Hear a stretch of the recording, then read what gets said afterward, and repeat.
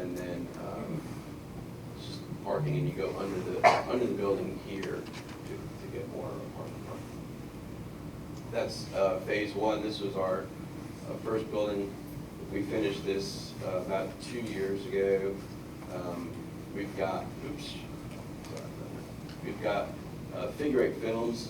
Took a big chunk of the office upstairs. All the office is fully leased. This is figure eight films.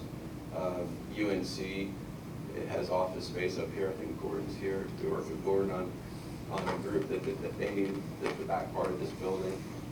And the front of the building, we have about wrong way. We have about 4,500 square feet of retail right up front. We have about 1,600 square feet here that is leased. We're working on starting a tenant in this space, which is going to leave us about 3,000 square feet still to lease. It's great restaurant space with some outdoor dining. If anybody has any ideas, you can call. We've had it tied up a couple times with some restaurants that couldn't kind of make everything come together for them. So we're back looking again for somebody to go in there. This is our crazy artist who's doing the public art, Jim Gallucci out of Greensboro, and he's just a nut. He actually does 9/11 memorials all over the country. He's got the first couple truckloads of 9/11 steel in his warehouse.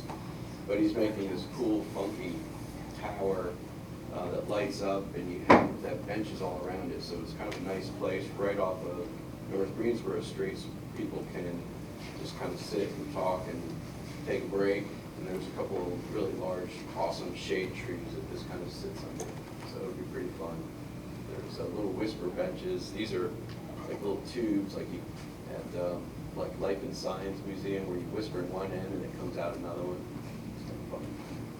So this is in his shop, and the art kind of plays almost back to the origins of Carrboro. So there's a gear and a millstone and a big circular saw blade and stuff like that. So it'll be pretty fun.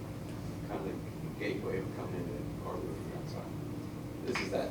It's a big tower that actually stands upright. This is just them working on it when it's on its side. So as you go past the office building, you go back into phase two. We have the apartments. We're trying to get a CO this week on these apartments. And there's 94. Ella Residential is doing the leasing and management of the apartments for us. We manage the office retail side. We know enough about multifamily to know we don't want to manage it ourselves. So these are just some shots of us. This one down here was starting the other day. Like the whole parking lot was filled with white work vans, so it was scrambling to get everything done for the CO. So this is just a few shots of our apartments. We're pre-leasing right now. Technically, we'll be done pre-leasing hopefully in a few days to get the CO. We have some move-ins scheduled this month, and we have a mix of 1-bedrooms, studios, and 2-bedrooms. And there's some really, I think the architects did a great job with some of the different layouts. It's great to have apartments like this in downtown Carrboro, because your really only option before this has been to rent a bungalow or something like that. So this gives some nice options. And this is one of the views off of one of the balconies looking kind of northeast. And then this is the view looking back down into Carrboro. You can actually see Green Bridge, the parking deck over by the Hampton Inn, and Fleet Street and Rise Donuts right there, and Ruby Street from there. So we're excited about it. It's been a long project. We're happy to turn it over and get it reset. That's it. Well done, Mark. Thank you. Okay, now we just had a flurry of updates. We're going to segue to a discussion. So if all 5 of those speakers could come forward onto these chairs And Aaron, if you could stay close, because I'd be curious to hear, I mean, we just got these great updates. If you have any ahas or key takeaways. But we're also going to open it up to the group here. Aaron, anything for the good of the order? I'm going to let folks, I bet there's some questions that folks have. But I do have some thoughts on my own. Thanks, guys. That was an exciting set of updates. Yeah. All right, folks. What do you got? I got a question. Are you going to go up on University Place? Is there any conversation about going up on the existing footprint? And would you repeat the question? I think the question was, are we going to go vertical at the mall University Place here? It's a possibility. Yeah, we're looking at a lot of different options. Candidly, it's a floodplain around here, so there's a lot of things we need to evaluate before we figure out where and what we can do in addition to what's here now. I think we're trying to preserve as much of the existing structure as possible and work with the existing structure right now. Yeah, well, wasn't that because it's already in the floodplain and that's already got a footprint that making going up being a good option? Yeah, it would, but there's still flood issues we've got to deal with. So, we could remove part of the mall and go vertical, but there's still, by doing that, you still need to reevaluate the whole flood scenario. So it's a long process. So we're digging into that right now.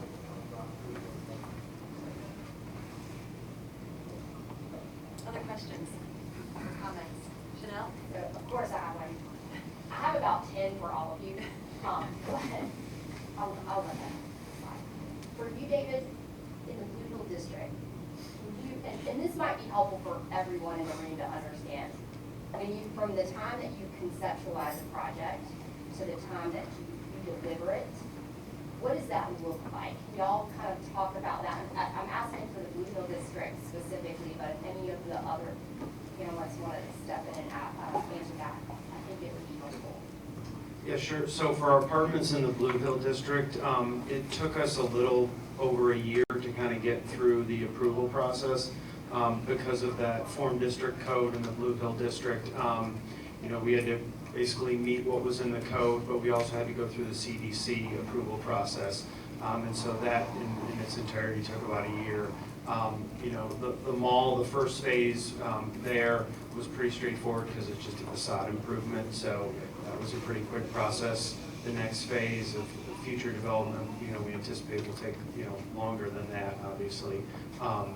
But, we liked the Blue Hill District because of that form-based code where it was a very straightforward process, and as a developer, Chapel Hill can be challenging, so seeing that Blue Hill District form code and kind of knowing what you have to meet to get your approvals was very beneficial. I can say a couple things. Previously, probably 3 or 4 years ago, we would say 6 years was our fastest project in Chapel Hill, which is not good if you're a real estate developer. But the chamber, Dwight, the political folks in Chapel Hill recognized that needed to get fixed, and so they've tried to improve it. Now we mostly do large scale projects, so they do still take 3 or 4 years, but I think that transparency into the process and predictability has been improving. So that's been a good thing. Glen Lennox is a little different. We have a development agreement, and that took 7 years. That was good. When Grubb talks about it, it's very important to have those community conversations to say, well, what are everyone's priorities? Then you figure out what fits where. And so now that that's done, when we have a permit, we have a very linear for Chapel Hill expedited. It lays out timeframes, like staff has to give us comments and respond within its days. And they actually like that because it forces them to do things. But we have to make sure we have everything for them. And I think our first one, learning it, is the DACP, Development Agreement Compliance Permit. Are you doing everything we all agreed to do? That took 6 months. But it took us a lot longer to get the project because we went for HUD, and that used to drag things out forever. But if we can get our office permit, if we decide to go ahead with that, that should take a couple months. And that's okay, or it did, it took a couple months. So we have a little different flavor of things. Everything got laid out for 7 years first, and then But that helps us think about our investors, because they were still a little hesitant about Chapel Hill.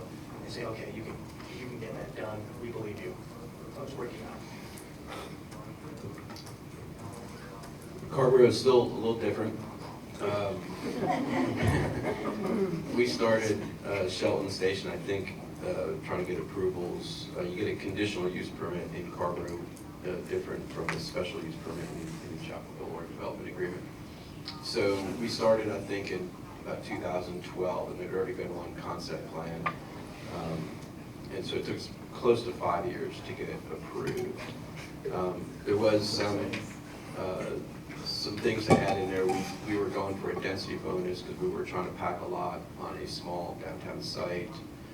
There was an affordable housing component. There's a lot of things that went back and forth on the project.